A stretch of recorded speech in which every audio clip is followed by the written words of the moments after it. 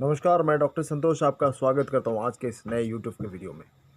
आज के इस वीडियो में हम बात करेंगे डिजीज़ नोमेनक्लेचर के ऊपर। जैसा आप हेडिंग में देख रहे हैं, डिजीज़ नोमेनक्लेचर और होम्योपैथी, क्या मतलब है इसका?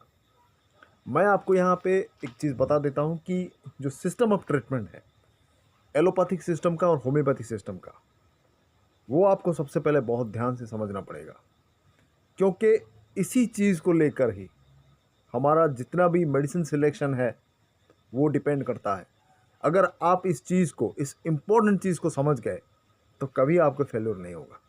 अगर आप इसको नहीं समझे तो कितने भी आप चाहें होम्योपैथी का स्पेशलाइजेशन कर लें, गोल्ड मेडलिस्ट आप हो जाए, कोई फ़ायदा नहीं। गलती करेंगे और उसमें आपका केस फेल्योर ज़रूर होगा। तो आज जो मैं आपको बताने वाला हूँ, ध्यान से सुनना, शुरुआत से लेकर अंत तक, सबके लिए बहुत ही महत्वपूर्ण है। तो शुरू करते हैं। डिजीज़ नोमेनक्लेचर क्या है? बीमारी का जो नामकरण है वो एक प्रोसेस है एलोपैथिक सिस्टम का। फॉर एन एग्जांपल, उदाहरण स्वरूप, अगर किसी को कोई बीमारी है तो उसको टेस्ट करवाया जाता है, कुछ सिम्टम्स लिया जाता है और उसके आधार पर उसको कैटेगराइज कर दिया जाता है कि इसको मलेरिया है, इसको टाइफॉइड है, इसको अर्थराइटिस है, इसको किडनी का फलाना प्रॉब्लम है, इसको सर्वाइकल स्पॉन्डिलोसिस है। हर एक चीज़ को, इसको अगर स्किन का प्रॉब्लम है तो ये रिंगवर्म है, ये एक्जिमा है, ये सोराइसिस है, ये स्कैबीज़ है। सिर्फ उसी तरह एक्नी का अगर पिंपल्स आता है तो एक्नी रोजासिया है, एक्नी वुल्गारिस है। तो ये अलग अलग कैटेगराइज कर दिया जाता है एलोपैथिक सिस्टम के अलावा। जो सिस्टम दूसरे में है, एलोपैथी के अलावा आयुर्वेदा भी है, होम्योपैथी है, यूनानी वगैरह वगैरह जो सिस्टम्स है, वहाँ पर ये जो एलोपैथिक सिस्टम का जो लोग अभी फॉलो कर रहे हैं, उसी के कारण ये जितना भी डिजीज़ है वो क्योर नहीं हो पा रहा है। जैसे कि होम्योपैथी की हम बात कर रहे हैं, आज भी बहुत सारे ऐसे संस्थाएं, बहुत सारे ऐसे प्राइवेट ऑर्गेनाइजेशन हैं, बहुत सारे ऐसे सरकारी संस्थाएं भी हैं जहाँ से जो स्टूडेंट्स हैं होम्योपैथी के, वो पास आउट हुए रहे, उनको भी उसी ढांचे में वो पढ़ाकर उनको भेजा जा रहा है कि आप डिजीज़ को पहले पहचानो, पहले आप डिजीज़ को पहचानो, फिर उसके बाद उसका ट्रीटमेंट करो, और इसी बेसिस पे आता है डायग्नोसिस। तो इम्पोर्टेंस वो लोग देते हैं डायग्नोस्टिक प्रोसीजर को, वो भी ज़रूरी है, लेकिन अगर हम होम्योपैथी के जो दवाइयाँ हैं उससे ट्रीटमेंट करना चाहें तो कुछ लिमिटेड डिजीज़ को छोड़ के हम बहुत सारे ऐसे डिजीज़ हैं जहाँ पर इस नोमेनक्लेचर को हटा सकते हैं। मैं आपको उदाहरण स्वरूप बताना चाहूँगा कि अगर हम स्किन डिजीज़ की बात करें, अगर किसी को सोराइसिस है, किसी को रिंगवर्म है, किसी को एक्जिमा है, तो वहाँ पर अगर हम किसी एलोपैथ के पास जाएं, वो सिर्फ डिजीज़ को डायग्नोसिस करते हैं कि तुमको सोराइसिस है, तुमको एक्जिमा है, तुमको रिंगवर्म है, ये डायग्नोसिस कर देते हैं। लेकिन वो ट्रीटमेंट उसका क्या करते हैं? नॉर्मल उनका जो भी एंटीहिस्टामाइन है, एंटीबायोटिक्स है, और जो भी उनका जो रेगुलर मेडिसिन है, सिर्फ उसको प्रेस्क्राइब करते हैं, चाहे वो किसी भी बीमारी से क्यों ना ग्रसित हो। जब अंत में कोई भी दवा काम ना करे, वो लोग सहारा लेते हैं सर्वश्रेष्ठ जो भगवान है उनका, जो जिसको वो रोज़ पूजते हैं, उसको अगर उन्होंने छोड़ दिया तो सिस्टम पूरा तहस नहस हो जाएगा। वो है भगवान स्टेरॉयड। तो स्टेरॉयड की जो पूजा करते हैं उसका सहारा लेते हैं अंत में। तो आपने नोमेनक्लेचर कर दिया, नामकरण कर दिया अलग अलग बीमारी का, चाहे वो रेस्पिरेटरी प्रॉब्लम हो, चाहे वो आर्थराइटिस से रिलेटेड, ऑस्टियो जो हमारे घुटनों से रिलेटेड हो, चाहे हड्डियों से किसी भी तरह का, या फिर स्किन का प्रॉब्लम हो, कोई भी अगर उनको समझ में ना आए तो फाइनली वो सहारा लेते हैं भगवान स्टेरॉयड का। तो उसका मतलब क्या हुआ? आपने इस कदर नामकरण करके लोगों को उलझा दिया और अंत में आप सहारा लेते हैं बस वही जो सिम्टोमेटिकली आता है, या फिर स्टेरॉयड का। सिम्टोमेटिकली वो लोग सिलेक्ट करते हैं कोई भी मेडिसिन को, फिर उसके बाद वो प्रेस्क्राइब करते हैं। जब वो काम नहीं किया तो स्टेरॉयड का भी पावर बढ़ा के देते हैं, 6 mg 12 mg, ऐसे 100 mg 200 mg तक वो लोग यूज़ करते हैं। तो ये जो सिस्टम ऑफ एक्शन है, होम्योपैथिक में ऐसा नहीं होना चाहिए। बहुत सारे लोग मुझे पूछते हैं जब हमारे पास वो ऑनलाइन कंसल्टेशन के लिए आते हैं, सर हमें बीमारी क्या है। वो तो डॉक्टर बोल रहा था कि सोराइसिस है, दूसरे एक डॉक्टर ने मुझे बोला कि तुमको एक्जिमा है, सोराइसिस नहीं है, तीसरा एक डॉक्टर ने बोला तुमको रिंगवर्म है। ये इसी चक्कर में पड़े रहते हैं, बस अलग डॉक्टर के पास जाते हैं, वो एक अलग सी बीमारी बताते हैं, उनको दिल से खुशी मिलती है, अरे यार इसने बोला रिंगवर्म है, चलो रिंगवर्म का हम नेट में सर्च कर लेते हैं। उसने बोला तुम्हें एक्जिमा है, एक्जिमा का हम सर्च कर लेते हैं। तो ये जो बीमारी का जो नामकरण है सबसे खतरनाक चीज़ है, आपको इससे बचना होगा। तो क्या करेंगे आप बच के, कैसे हम उसको आगे बढ़ाएंगे अगर ट्रीटमेंट हमें करना है। सिम्टोमेटिकली जो एलोपैथिक सिस्टम एक तरफ तो वो नोमेनक्लेचर करके उसको डायग्नोसिस करके उसी तरफ जाते हैं, और दूसरी तरफ वो जो प्रेस्क्राइब करते हैं तो वहाँ पर सिर्फ सिम्टोमेटिकली जाते हैं। उसको जो जो सिम्टम है उसके आधार पर उसको एंटीहिस्टामाइन दिया जाए, एनाल्जेसिक दिया जाए, एंटीपायरेटिक दिया जाए, पेन किलर दिया जाए, एंटीबायोटिक्स दिया जाए, एंटीवायरल दिया जाए। तो दीज आर बेसिकली वो कैसे कैटेगराइज करते हैं कि सिम्टोमेटिकली। अगर वही चीज़ हम करें तो हम गलत है, होम्योपैथी काम नहीं करता, होम्योपैथी ओल्ड साइंस है, प्लासिबो इफेक्ट है, ये सब फलाना फलाना ढिंडोरा पीटा जाता है। एक्चुअल में जो ट्रीटमेंट प्रोसेस है मैं आपको बताऊंगा होम्योपैथी में ही होता है, क्योंकि अगर उनके बेसिस पे हम ट्रीटमेंट करें, सिम्टोमेटिकली करें, तो होम्योपैथिक में बेस्ट मेडिसिन है, बहुत बढ़िया बढ़िया मेडिसिन है। जैसे कि मैं आपको उदाहरण स्वरूप बताऊंगा, स्किन डिजीज की हम बात कर रहे थे, चाहे उसको सोराइसिस हो, चाहे उसको एक्जिमा हो, चाहे उसको रिंगवर्म हो, हमें उस नामकरण पे नहीं जाना चाहिए। सबसे पहले हमको देखना है उसका सिम्टम्स क्या है, उस इंसान को पसंद क्या है, गर्म ठंडा क्या पसंद है, इचिंग कब होती है, अगर होती है तो कब होती है, ज़्यादा रात को होती है कि दिन में होती है।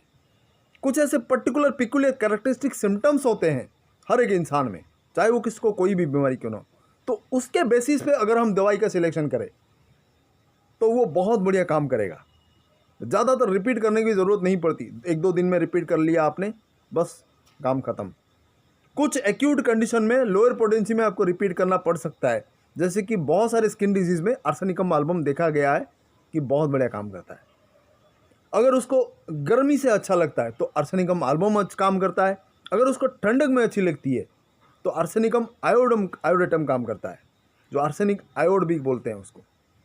तो ये कुछ बेसिक फंडामेंटल चीज़ें हैं, आपको सिम्टोमेटिकली जाना पड़ेगा, क्या उसके पिकुलियर सिम्टम्स है। उसको अगर लीवर से जुड़े हुए कोई समस्या है तो लाइकोपोडियम बहुत बढ़िया काम करता है। अगर उसको कोई किसी पुरानी बीमारी का जो कारण उसने कोई दवा लिया है और उसका साइड इफ़ेक्ट के कारण हो रहा है या सप्रेस होके हो रहा है, तो उसको सल्फ़र आप दे सकते हैं। तो ये कुछ इम्पोर्टेंट चीज़ें हैं जो आपको जब ट्रीटमेंट करते हैं होम्योपैथी में जानना बहुत ज़रूरी है। सिर्फ नोमेनक्लेचर के पीछे आप मत भागिए। ये जो नोमेनक्लेचर है, जो नामकरण है बीमारी का, ये सबसे बड़े आपको खतरे में डालता है। आप बस बीमारी का नाम ढूंढते ढूंढते डॉक्टर बदलते रहते हैं और वो बीमारी कुछ ही दिनों में, कुछ ही महीनों में बहुत ही कॉम्प्लेक्सिटी में पहुंच जाता है। जो एक सिंपल सा बीमारी था और वो जल्दी अच्छा हो सकता था, वो बहुत ही कॉम्प्लेक्स कैटेगरी में पहुंच जाता है और वो इनक्योरेबल स्टेज में पहुंच जाता है। तो सबसे इम्पोर्टेंट चीज़ आपको ये करना होगा कि जब भी आप किसी होम्योपैथी का जो ट्रीटमेंट करने जाएं, सिम्टम्स देखिए उस इंसान में ऐसा कौन सा सिम्टम्स है, कौन सा ऐसा कैरेक्टरिस्टिक सिम्टम है, पिकुलियर सिम्टम है, अनकॉमन है, जो दूसरों में नहीं है। इंडिविजुअलाइजेशन बोलते हैं उसको। एक पर्टिकुलर इंसान को, चाहे वो बीमारी 15 लोगों में क्यों ना हो, लेकिन जो इंसान हमारे पास है उसका स्पेसिफिक चीज़ें क्या है, उसका इंडिविजुअलाइजेशन बोलिए, उसको बोलते हैं इंडिविजुअलाइजेशन। उसका क्या अलग है दूसरों में से। बीमारी दोनों को सेम है अगर हम नोमेनक्लेचर की बात करें, लेकिन एलोपैथिक सिस्टम में ये नहीं है। होम्योपैथी में ध्यान से आप लोग सुनना, बहुत इंपॉर्टेंट है।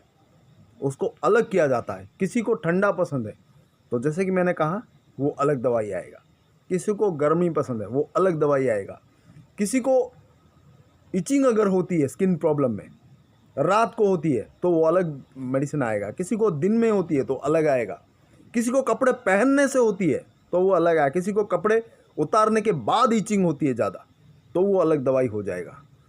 तो all these things are based on the symptoms, the characteristic symptoms, peculiar uncommon symptoms. मैं बार बार इस चीज़ को बोल रहा हूँ, इसीलिए बोल रहा हूँ कि आप लोग इसी को ध्यान रखिए।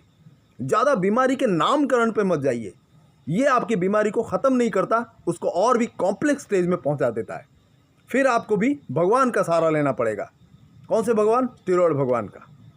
तो बचिए इस डुप्लीकेट भगवान से जो कि आपके जान के लिए खतरा है। होम्योपैथी का सहारा लीजिए, चाहे बीमारी कोई भी हो, किसी भी सिस्टम से जुड़ा हुआ क्यों ना हो, चाहे रेस्पिरेटरी हो, चाहे रेनल सिस्टम हो, चाहे जीआई ट्रैक्ट के सिस्टम हो, और दिमाग से जुड़ी हुई चीज़ें हो, स्किन के प्रॉब्लम में हो, किसी भी तरह से हो, आप सिम्टोमेटिकली देखिए और उस चीज़ का इंडिविजुअलाइजेशन करने की कोशिश करें कि उस इंसान को क्या पसंद है, उसको डिज़ायर क्या है, एवर्सन क्या है, उसको अकेले में रहना पसंद है कि मिलजुल कर रहना पसंद है, क्या खाना वो पसंद करता है। हर चीज़ को बारीकी से देखना पड़ेगा। और ऐसे नहीं कि केस टेकिंग की मैंने बता चुका हूँ, किसी इंसान को बैठाकर आपको 1 घंटे तक उसका सिनेमा मूवी नहीं दिखाना, उसका पूरा सर से लेकर पाँव तक आपको सब कुछ पूछना नहीं है। आपको बस देखना है उस बीमारी से रिलेटेड कौन सी ऐसी पर्टिकुलर चीज़ें हैं जो आपको बस पूछना है। पूरा उसका जन्म से लेकर अभी तक पूरा इतिहास हमको नहीं जानना है, सारा पोथा हमको नहीं जानना है, बेकार है, वो कोई काम का नहीं है। कुछ लिमिटेड चीज़ों को आपको देखना पड़ेगा, लिमिटेड चीज़ें जो आपको मदद करेगा। That is called case taking, proper case taking. बहुत सारे ऐसे डॉक्टर्स हैं होम्योपैथी के, एमडी गोल्ड मेडलिस्ट हैं, लेकिन जब वो केस टेकिंग करते हैं तो बहुत ही मतलब इतना डिटेल में देखते हैं, पेशेंट बेचारा परेशान हो जाता है। अरे ये क्या, इसीलिए मैं होम्योपैथी में नहीं आ रहा था। मेरा एक पूरा पोथा कर दिया उसने, बचपन से लेकर अभी तक, और हिस्ट्री में परदादा क्या करते थे, दादा क्या करते थे, क्या बीमारी थी, क्या हुआ, कैसे हुआ। बेचारा होम्योपैथिक मेडिसिन खाएगा क्या, उसका दिमाग ख़राब हो जाता है। तो इतनी बारीकी से जाने की ज़रूरत नहीं है, बस उतना चीज़ें आपको देखिए जितना आपकी बीमारी को क्योर करने के लिए ज़रूरी है। इसलिए मैं बोलता हूँ 3 चीज़ें, अनकॉमन, पिक्यूलियर, कैरेक्टरिस्टिक सिम्टम आपको देखना पड़ेगा, और डिजीज़ नोमेनक्लेचर को भूल जाइए, वो बाद में आएगा। मैं ये नहीं बोलता कि ज़रूरी नहीं है, बिल्कुल ज़रूरी है, लेकिन कुछ हद तक 10 to 20%। जहाँ पर ज़रूरी हो, आपको पता ना चले, सिम्टोमेटिकली वो क्योर ना हो, स्ट्रक्चरल चेंजेस हुआ कि नहीं जानना है, तब आप एक्सरे करिए, तब आप अल्ट्रासाउंड करिए। अगर किसी को आपने दिया, सिम्टोमेटिकली रिलीफ नहीं हुआ, तो बहुत ज़्यादा देर मत करिए, अल्ट्रासाउंड करने को भेजिए, वहाँ पर ज़रूरी है। फिर उसके बाद आपको फिर वही सिम्टोमेटिकली देखना पड़ेगा। इससे क्या होगा, केस आपका फेल्यूर नहीं होगा, प्रॉपर डायरेक्शन में जाएगा। आज के लिए बस इतना ही, बहुत बहुत धन्यवाद। देखते रहिए, और जो मेरे नए दोस्त जुड़े हुए हैं, चैनल को ज़रूर सब्सक्राइब करिए, बेल आइकन पर भी क्लिक करिए, ताकि जो भी नया वीडियो मैं अपलोड करूँ तुरंत नोटिफिकेशन के द्वारा आप तक पहुँचे। तो फिर मिलते हैं और एक ज़बरदस्त वीडियो के साथ। आज के लिए बस इतना ही, बहुत बहुत धन्यवाद, नमस्कार।